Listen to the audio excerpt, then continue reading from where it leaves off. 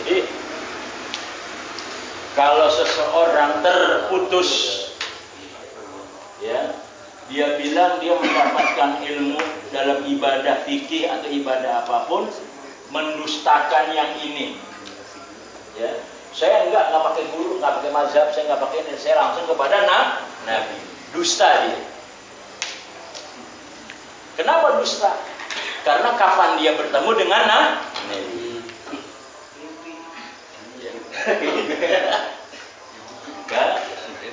Kalau lewat buku, gurunya setan. Jadi kalau lewat buku gurunya setan. Itu. Jadi kenapa gurunya setan? Karena dia tidak bisa yang namanya kalau bahasa kita bertanya tentang buku. Buku bagaimana jawabnya? Kalau sekarang Mbah Google nanya, ya. Kalau YouTube itu Ustaz? Iya, sama. Gitu.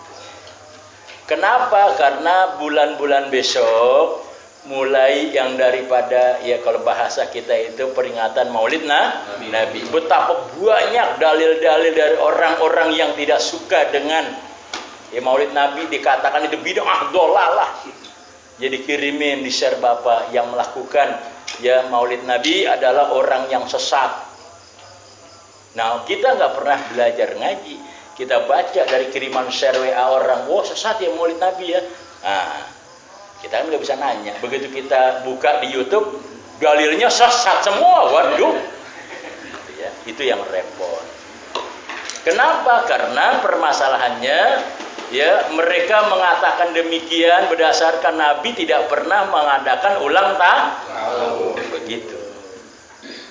Nggak boleh ya, yang gurunya itu buku setan tuh yang menjadi ininya. Sekarang banyak. Sekarang lagi rame nih urusan Maulid. Ya. Kenapa? Karena dibilang yang demikian itu ya bahasanya adalah maaf, ya bid'ah. Padahal tanggal 26 Anies Baswedan itu ada di Monas. Gitu ya. Yang mengadakan yang namanya tapi mereka yang tidak suka mengirim semua bahasa yang demikian. Itu sesat-sesat. Makanya kita nggak boleh belajar dari YouTube atau dari Mbah Google. Itu tarekat. Jadi kalau tarekat yang dimaksud oleh orang-orang sufi ini, bagaimana orang bisa mengenal Naqsabandi, Qadiriyah, Rifaiyah? Karena mereka itu mengatasnamakan kelompok gurunya yang dikenal, entah kalau bahasa kita itu ya maaf ya kampung halamannya, kalau bahasa kita itu keturunannya atau nama besar gurunya. Kayak di Sumatera yang sampai sekarang itu terkenal ya, Tarekah Saman. Jadi Syekh Saman itu adalah asli orang Sumatera ya, Syekh Saman. Jadi semuanya dikatakan Tarekah Syekh Saman. Dialah yang mendapatkan atau yang mengajarkan Samaniyah namanya. Itu ya. Jadi kalau Qadiriyah Syekh Abdul Qadir, Naqsabandiyah Qadiriyah kebanyakan kita itu. Jadi gurunya Abdul Qadir Jalani, Naqsabandiyahnya itu merupakan ya Naqsabandi. Maka disinilah yang namanya tarekat yang udah orang memberikan nama. Tapi kalau bagi kita ini, jadi tarekat itu ini dari mana kita mendapatkan jalan?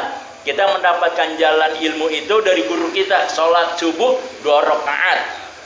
Kalau misalnya Bapak bilang sholat subuh 6 rakaat, berarti tarekahnya tidak dari guru, berarti dari pemikiran Bapak. Oh enak sholat subuh, buat olahraga tambah lagi 2, tambah lagi 2. Ketika Subandrio diadili mengenai yang namanya sholat subuh, maka dia mengatakan sholat subuh itu 2 sampai 6 rakaat.